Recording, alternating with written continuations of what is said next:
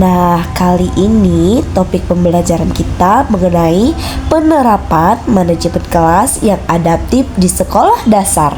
Jadi teman-teman, pendidikan itu bertujuan untuk membentuk sumber daya manusia yang unggul.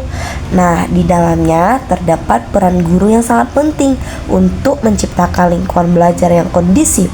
Namun, tantangan terbesarnya itu adalah keragaman siswa. Ada yang cepat paham, ada yang butuh waktu lama, ada yang suka melihat, ada yang suka mendengar, dan ada yang harus mempraktekkan langsung. Jika guru hanya menggunakan satu metode pembelajaran, sebagian siswa mungkin akan kesulitan memahami materi, menjadi pasif, atau bahkan kehilangan motivasi belajar. Oleh karena itu, diperlukan pendekatan yang fleksibel, yaitu manajemen kelas yang adaptif. Jadi teman-teman, menurut para ahli, manajemen kelas itu adalah usaha guru untuk menciptakan dan memelihara kondisi belajar yang optimal. Ini mencakup pengaturan fisik kelas seperti ruang, tempat duduk, pengelolaan waktu, interaksi antara siswa, hingga penanganan perilaku. Di sini ada juga tujuan utamanya nih teman-teman.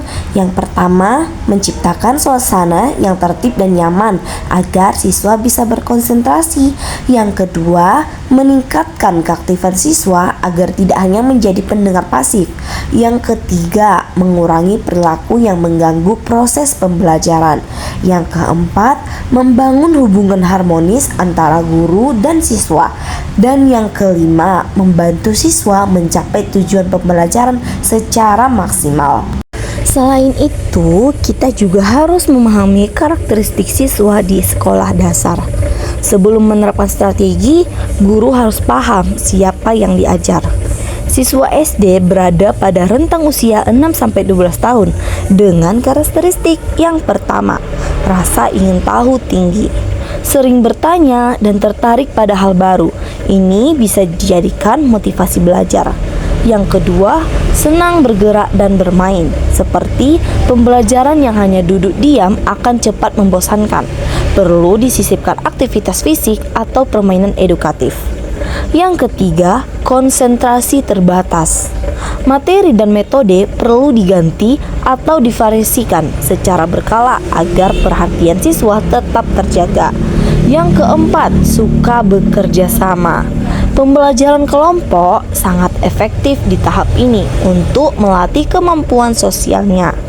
Dan yang kelima, tertarik hal visual.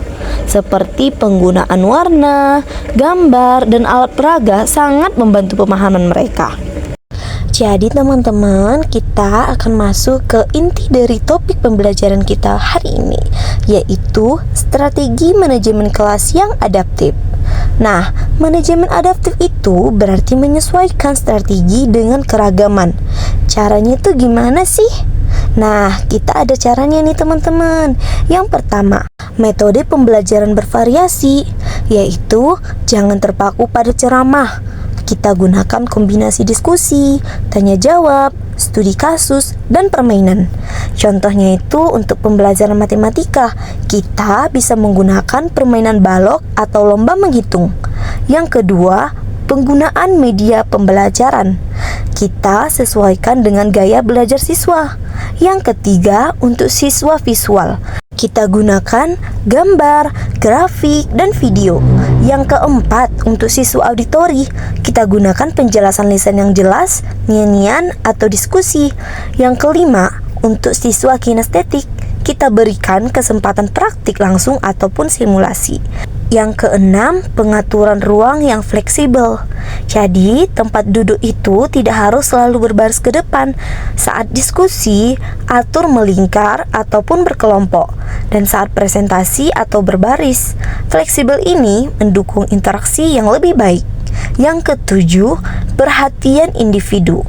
Kita sebagai guru itu harus peka. Ada siswa yang cepat paham dan bisa diberi tugas tambahan, ada juga yang lambat dan butuh bimbingan satu-satu. Kita pastikan tidak ada siswa yang tertinggal.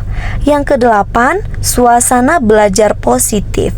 Jadi kita bangun suasana yang ramah dan menyenangkan. Pujian dan apresiasi lebih efektif daripada hukuman untuk memotivasi siswa SD.